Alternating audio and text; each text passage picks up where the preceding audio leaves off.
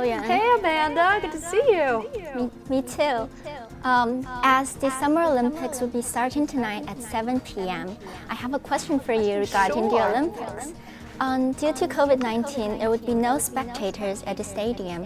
How do you think that this would influence the performance of the athletes?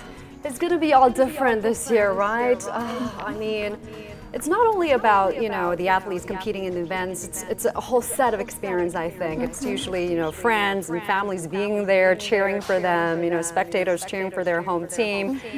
But I'll be watching, I'll be cheering here for Team China. And I wonder how that's going to influence, their mind, but at least we managed to get it going, something we can cheer for. So I think that's good. That's good, yeah. Is there a particular game that you're most excited about? Oh man, I'm so excited for all the games. Swimming, diving, and ping pong. My parents are huge fans. Really? Huge fans of ping pong. They've got a ping pong table at their house, actually. They made me learn how to play ping pong since I was little. Back I was in kindergarten, but I suck at playing. I can never play competitively, but I'll be watching, Ping pong, yes, go Team China. That's nice. Yeah. Thank you. Thanks so much. Good luck with your show. Thank you. You look lovely. Thank you. Good to talk to you. See ya.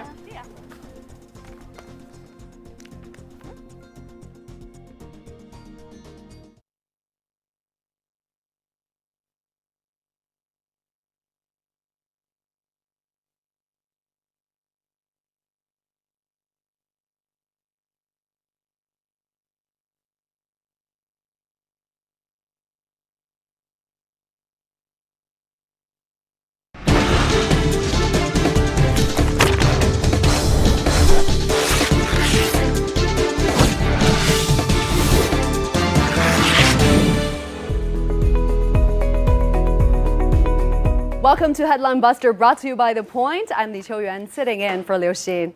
In this series, we dissect stories that are making headlines around the world and talk to our guests to compensate for the missing pieces of the puzzle. So join us in real time by sending us your comments or questions via the CGTN page on Twitter, Facebook, YouTube, or Weibo. If you're watching this live on the CGTN app, email us at thepointwithlx@cgtn.com. Let us know what you think. We air Headline Buster on Fridays at 11 a.m. Beijing time, so do get in touch, and we might just read out your comments. Well, today, we're looking at the claims that China is profiteering from its vaccines, or that Chinese vaccines are less effective than the rest. We've heard the same accusations before, and we'll surely hear them again. But the fresh finger-pointing provides the opportunity to look at what's really going on there. First, the bigger picture. Now, despite global efforts to vaccinate people against COVID-19, cases are still rising in many parts of the world. Over 192 million cases have been reported around the world already, and the death toll has passed 4 million. And according to Johns Hopkins Coronavirus Research Center, devastating new spikes are emerging in countries partially due to the aggressive Delta variant, which has been detected in over 120 countries as of late July. In the U.S., cases are rising in all 50 states compared to 2 weeks ago, and there's been a 145% jump in new reported cases in late July. The U.K. reported over 50,000 new daily coronavirus cases in mid-July, the highest amount since mid-January. Africa recorded a 43% rise in COVID-related deaths as of mid-July, and in Asia, Indonesia has become the new epicenter as new cases surged to around 50,000 a day. Other countries in Asia like Thailand, Bangladesh, and South Korea are also seeing unprecedented spikes. The number of cases linked to the Tokyo Games, which starts Friday, has already reached 91, according to AP. But the point is, the picture is still grim in many corners of the world, and we're not out of the woods yet. But the good news is the vaccinations are also on the rise. Around 3.7 billion doses of vaccinations have been administered across almost 180 countries, and China alone has administered over 1.4 billion doses and counting. Vaccine inequity, however, remains a critical issue, not only for lower-income countries that can't access the number of doses they need, but also for the entire world. Until a certain proportion of the world is vaccinated, new mutations like the Delta variant will keep emerging, against which the vaccines might not be as effective or work at all. Now, we're in a real race against time. And given this reality, it is welcome news that Gavi, the Global Alliance for Vaccines and Immunization, which co-leads the vaccine sharing initiative COVAX, along with the WHO and other international organizations, just signed deals to purchase vaccines produced by Chinese companies Sinopharm and Sinovac. Now, both vaccines have been granted emergency use listing by the WHO. So what's the deal? Well, it secures a potential total of 550 million more doses for countries around the world. The agreements will begin to make 110 million doses immediately available to some participants in the program. Now, COVAX has its initial commitment to deliver over 2 billion doses worldwide by the end of 2021. And as of July 22nd, it has delivered 136 million doses to 136 participants. And there's a lot of work yet to be done. And given the severe gap between the number of doses COVAX needs and has, the deal is welcomed not only by COVAX, but by many people around the world. But not everyone sees it this way. A Washington Post opinion post on the story says China's vaccination profiteering at the UN is being funded by U.S. taxpayers. It claims the Chinese government is forcing Gavi to buy its vaccines. Even worse, it says U.S. taxpayers are footing the bill for financing Beijing's scheme. Well, first of all, it's important to understand a few things about how the mechanism actually works. For example, only vaccines approved by the WHO are eligible. Now, Gavi is in charge of managing the COVAX facility, the global procurement mechanism of COVAX, which signs deals and negotiates advance purchase agreements with manufacturers. But before signing deals with the Chinese producers, Gavi already signed purchase deals with 9 manufacturers. And with Sinopharm and Sinovac, that makes 11. So why is China being singled out for profiteering from these deals? And also, it should be noted that China has donated quite a few doses of vaccines to more than 80 developing countries in need, despite being the world's most populous nation with its own high level of demand. In addition to the deal with manufacturers, China announced it will provide an initial 10 million doses to COVAX designated for emergency use in developing countries, of which the first batch officially rolled off the production line not long ago. And as of July, China has provided more than 100 countries and international organizations with 500 million doses of COVID-19 vaccines and concentrates, accounting for 1/6 of the current global COVID-19 vaccine production. Well, none of this information is included in the Washington Post opinion piece, of course, but it gets worse. The opinion piece goes so far as to suggest that China is profiteering from its vaccines and using U.S. taxpayers' money to do so. Well, its logic is that because the U.S. is giving money to Gavi and Gavi is buying vaccinations from China, then U.S. is paying China. But even the opinion piece itself says, well, this isn't really the case. It says, a senior U.S. official told me that it's not actually the U.S. donated money that Gavi, the parent organization of COVAX, is using to pay the Chinese companies. Gavi would not use funds attributable to U.S. contributions to support the Sinopharm and Sinovac procurement. But really, the big question is, if there are safe and affordable vaccines available, should COVAX avoid them simply because they're made in China? Bringing politics into it would just make the pandemic harder to fight. Well, other media are looking at the deal suspiciously too, but focusing on the efficacy issue. CNN, for example, recently published the headline, COVAX signs deal for 550 million Chinese COVID-19 vaccines amid questions over efficacy. The article describes the COVAX deal with Sinopharm and Sinovac, but can't resist planting a seed of doubt over the vaccine's efficacy. It says the announcement comes as Chinese vaccines face growing scrutiny over their efficacy, particularly against the swift-spreading Delta variant. It then cites a few examples like this one. Thai health authorities announced Monday that healthcare workers would receive a booster shot of either AstraZeneca or Pfizer after 618 of more than 677,000 medical personnel who received 2 doses of Sinovac tested positive for COVID-19. And of the 618 who tested positive, only 2 became seriously ill, including 1 nurse who died. But as a quote from the Thai Ministry of Foreign Affairs official who said, despite that all vaccines have been proven to be efficient in preventing hospitalization and death, Well, that's a sort of a different story than the headline suggests. It also makes you wonder what the number of cases, hospitalizations, and deaths would have been without any vaccines.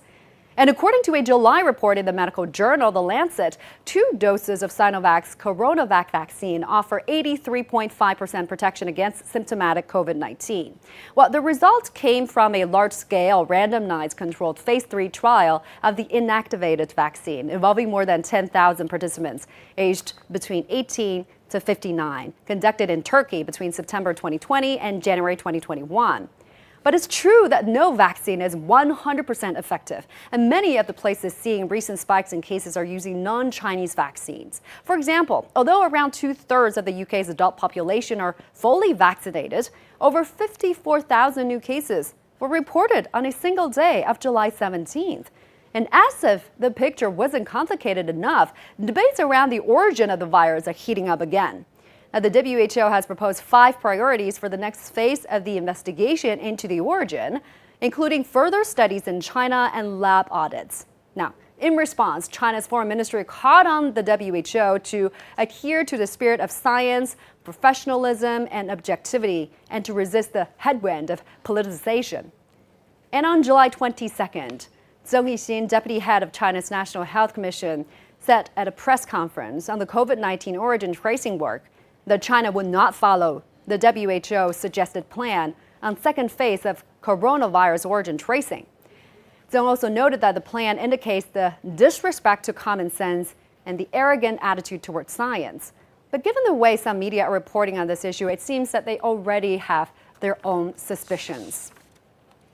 We'll talk more about this after we come back after a short break with our guest panel. Do stay with us.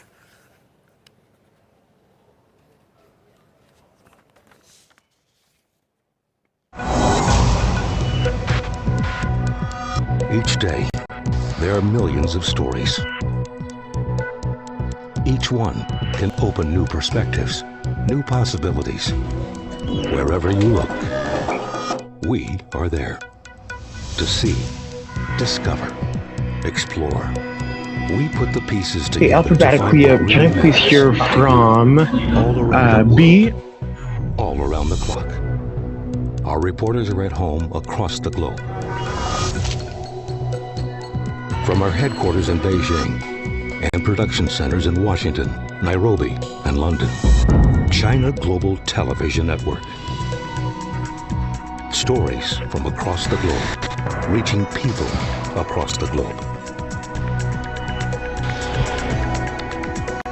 CGTN. See the difference.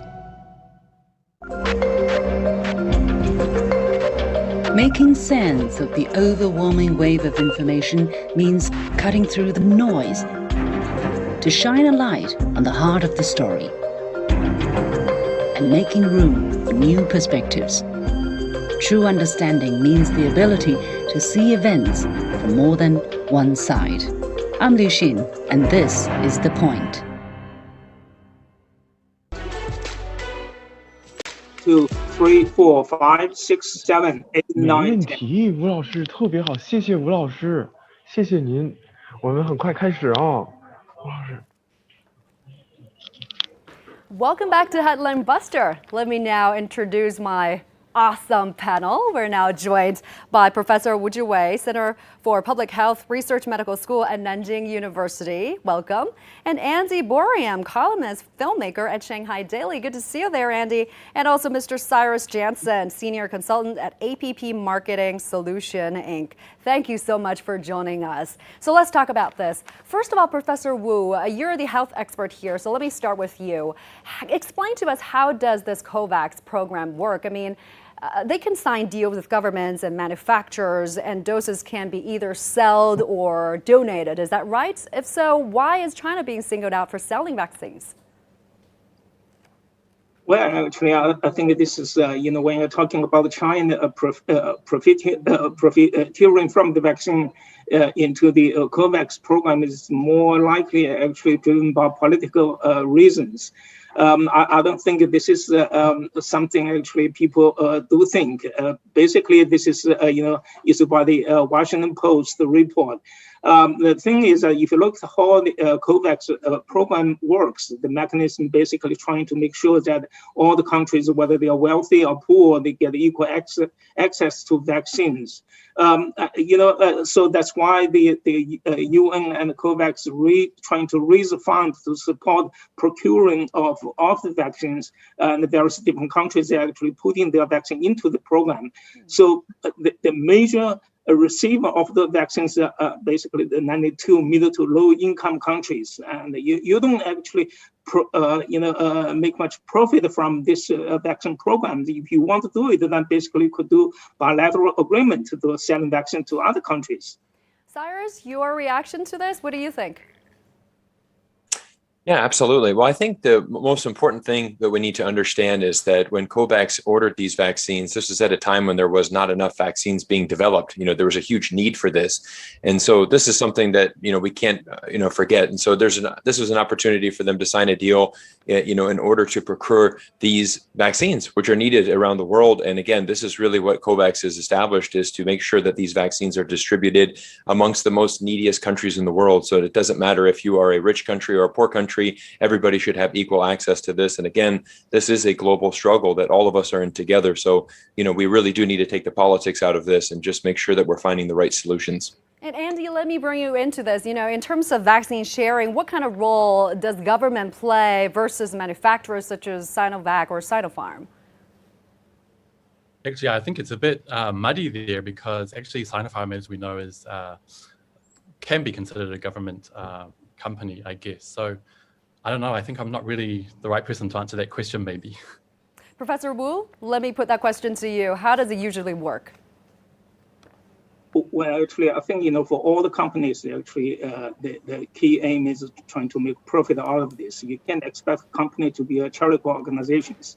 So why you need the COVAX? Basically, the government actually procure the vaccines or through charitable organizations like COVAX, which actually would usually put down the prices and acceptable level to from those companies. So this is very different from what commercial or the private sectors selling vaccines and the government actually procuring the vaccines. So there is a distinction here. And we've seen so many articles about, accusing China of using its vaccines as a geopolitical leverage. Andy, how are you looking at this? Well, actually, I've noticed quite a bit in Western media, actually, this term vaccine diplomacy. I think it's actually quite selectively used. As an example, Australia recently accused China of vaccine diplomacy when China delivered the first dose of donated vaccines to Papua New Guinea, a country to the north of Australia. They said that they were maybe donating those vaccines for some kind of leverage in the area. But then actually within 7 days, New Zealand, my home country, made a similar donation, and there was no such claims of vaccine diplomacy. So it seems to be quite selectively enforced. And actually in the US as well, I've noticed they tend to use the term with two meanings, which is quite interesting and confusing as well. So when they say US vaccine diplomacy relating to US donations to South America, for example, they mention the strengthening of US vaccine diplomacy, which is meant to be seen as a good thing by readers and viewers of local media. But when they mention Chinese vaccine diplomacy, it has an altogether different to it. It's meant to be seen as a negative and some kind of meddling or nefarious. So I think it can actually be quite confusing, but I think actually it's probably a good thing in the long run, because a bit of healthy competition is going to be good for the whole world. If it takes if it takes China donating vaccines around the world to developing nations for the West to kind of get a kick up the butt and donate more, then that's good for all of us. And Cyrus, in terms of vaccine efficacy, why are we still seeing so many spikes, especially in the population that have actually made progress in vaccination, despite what kind of vaccine they use, of course? Well, I think that really just shows us all that, like you had mentioned earlier, there is no vaccine that is 100% effective as far as combating, COVID-19. I mean, you still want to make sure that you're respecting this virus. We do see these new variants coming up. The Delta variant is, spreading around the world as well. So it's just really we just need to really understand, the situation that we're going through. I mean, the best case is that if you do get vaccinated, you most certainly are going to be protected against probably, hospitalization and probably death. But however, there's still risk out there. So we still need to be vigilant. We still need to be, especially here, I'm in Canada right now, and, we have seen, vaccinations have been going up. And as a result, cases have been going down, and we are seeing a slight resurgence again. So we just need to be just vigilant about that and just realize that, it doesn't, because you get your double vaccination, that you don't have to worry about COVID for the rest of your life. This is something we all need to be paying attention to. Yeah, that's an important point. Professor Wu, some people do get infected again after being fully vaccinated. Yeah, I'm not surprised because, if you look at, basically there are three factors here. That one is that the vaccination rates are still very uneven in some countries, actually, particularly in the developed countries, they're very high vaccination rates. And in developed countries, such as in African countries, actually most of them are below 10%. So when the virus actually is still circulating, it is still a pandemic, then basically you can't really stop the virus from going from one country to the others. So that's what we have seen. When China is fully put the virus under control, then basically you can see various different regional spikes. The other thing is that currently vaccines, most of them actually basically reduce the serious disease and hospitalizations. It doesn't fully protect you from being infected. So that's quite different. The third is that when the virus is still circulating, then you do have the chance to get variants, such as the Delta variants. And you will see that in the future that the virus new mutations will continue to come out. Yeah, despite all the risk, some countries are relaxing their restrictions and opening up for international travelers. Andy, how are you looking at this? Well, I think China in that regard is making the right choice with the slowly approach. From the start, China knew how to deal with this situation, which was great. But I think actually opening up borders is not something China will be willing to do for a little while yet. And especially in terms of the Japanese Summer Olympics, you said before there's already 91 cases. They never opened their borders for everybody.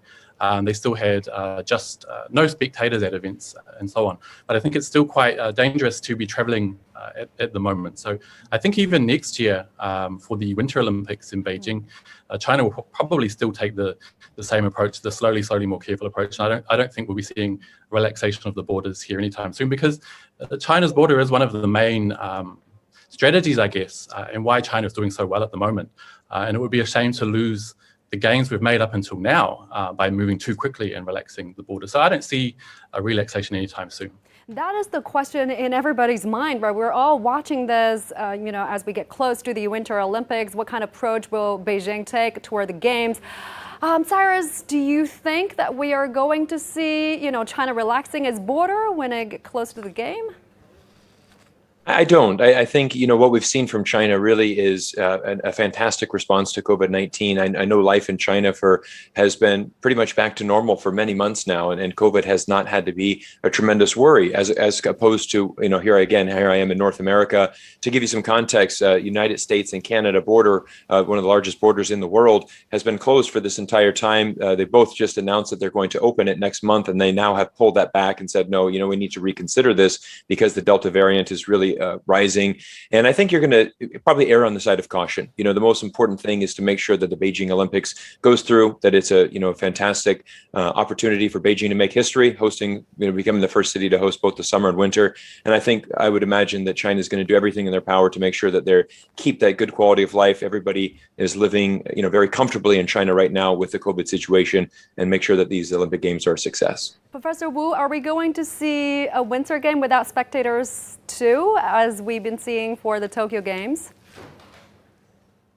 I don't think so, but I wouldn't like want to predict whether this would be fully open up Winter Olympics, but I think it's likely that the audience will be allowed because we do have extensive experience in the disease control. If you look at in the past years that we did have a very good handling of the diseases, like Chinese Spring Festivals and a number of major holidays. So basically, we saw is that after the holidays and the Spring Festival, we don't really see huge spikes of the COVID-19. So I think China has been doing pretty well in terms of disease tracing and early identification of the infected and also those asymptomatic cases. I think this is something that actually gives us the confidence that we do, at least I hope that there will be partial open up. And Andy, I do want to talk about, this lab audit. The WHO is calling for a further investigation, but China is essentially saying, this case is closed. How are you looking at the friction when it comes to the investigation regarding the origin of COVID-19 that China is facing?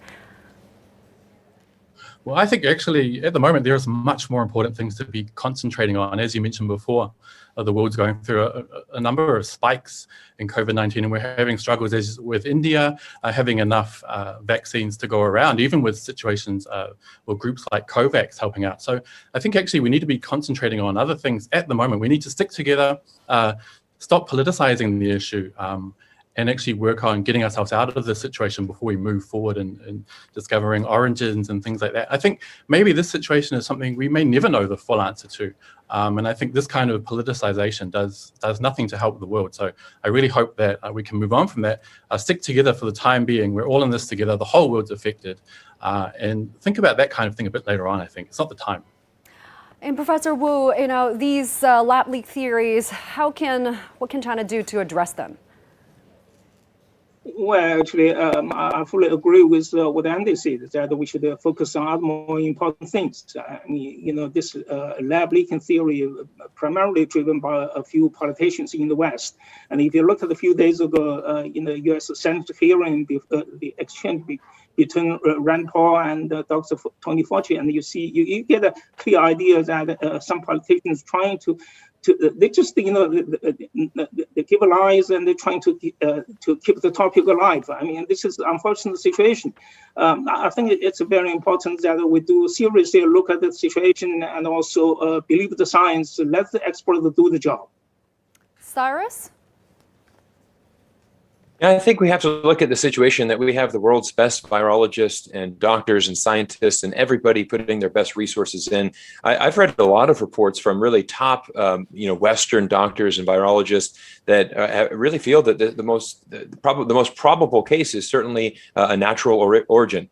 And I think that, and again, I mean, why do we focus on the past? But again, we're looking at, for example, many countries with these new spikes, many countries still needing vaccines. And again, really the world coming together to solve this problem. I would like to also highlight, look at China and, how many vaccines they've donated around the world. It's close to 500 million doses, to over 100 countries around the world. The reason for that is simply because if any country is left susceptible to this virus still, then that still is going to affect everybody else. We live in a very, connected world right now. And I think this is why you see China donating so many vaccines, very similar to when COVID-19 started and China was donating, the PPE, to countries, including my home country, America, that could not source enough PPE. We had to rely on the country of China to send that to us. I mean, let's focus on the solution and let's get through this. Focus on the solution. Couldn't agree more. Thank you very much. We appreciate you joining us. That's Professor Wu Zhiwei from the Center for Public Health Research Medical School at Nanjing University, Andy Boriam, columnist, filmmaker at Shanghai Daily, and last but not least, Cyrus Jansen, Senior Consultant at APP Marketing Solution Inc. Thank you. And that'll do it for this edition of Headline Buster, brought to you by The Point. Thank you so much for staying with us. We hope to see you same time next week. Bye for now.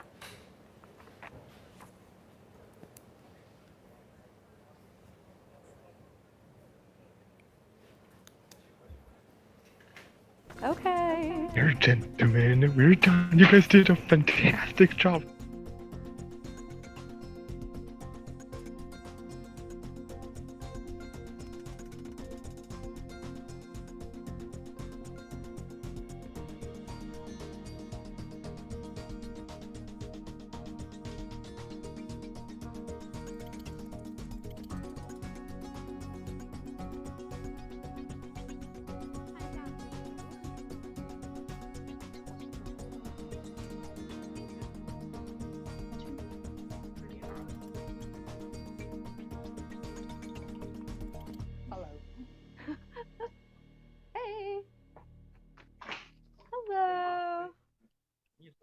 have some comments.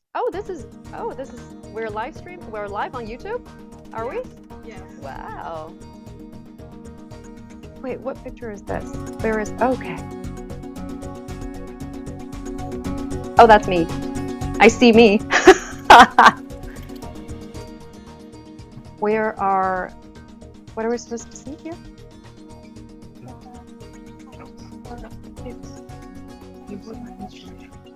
Aw, thank you for your support.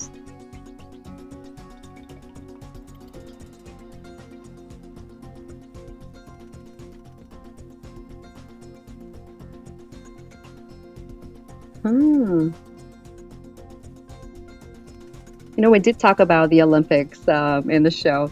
And in addition to Tokyo Games, we also talked about, you know, the prospects for the Beijing Games. I really hope that we can get the game going smoothly, and maybe, you know, you and me can watch them in person. Oh, this is fun. Yes. Aww. I'm sad that COVID has not been taken seriously. Wear your mask, social distance, wash your hands, and do not touch your face and stop crying.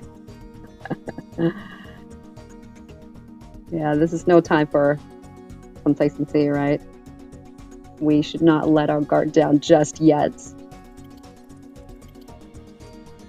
Oh.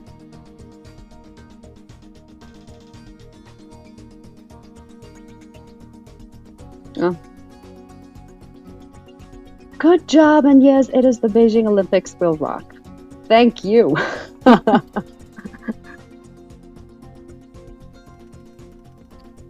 Wow, so how many people are watching actually? Can we see? Oh, okay.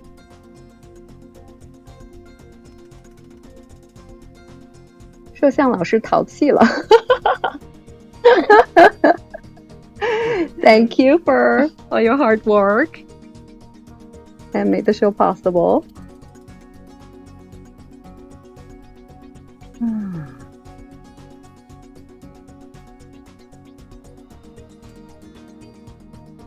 Beijing Winter Olympics game is fast approaching. China should be impose all safety guidelines or impose the nation's highest COVID-19 restrictions. Oh, okay. Yeah, we've got some good comments. Thank you guys for watching us online. We appreciate your time and keeping us accompanied. And yeah, we do hope to see you same time next week. Thank you. Thanks so much.